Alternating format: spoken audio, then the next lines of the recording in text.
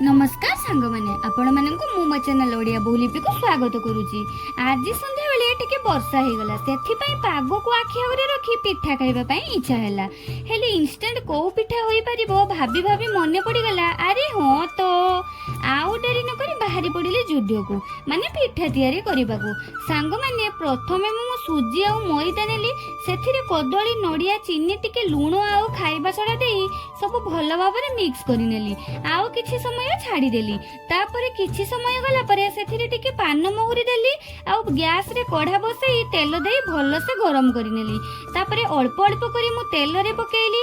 देखंतु सांग माने केते सुंदर फुलुची। एमिति टिके ब्राउन करी छाणीबे देले पिठा बेसी टेस्टी लागिबो आ भितरे कंचा भी रहिबनी।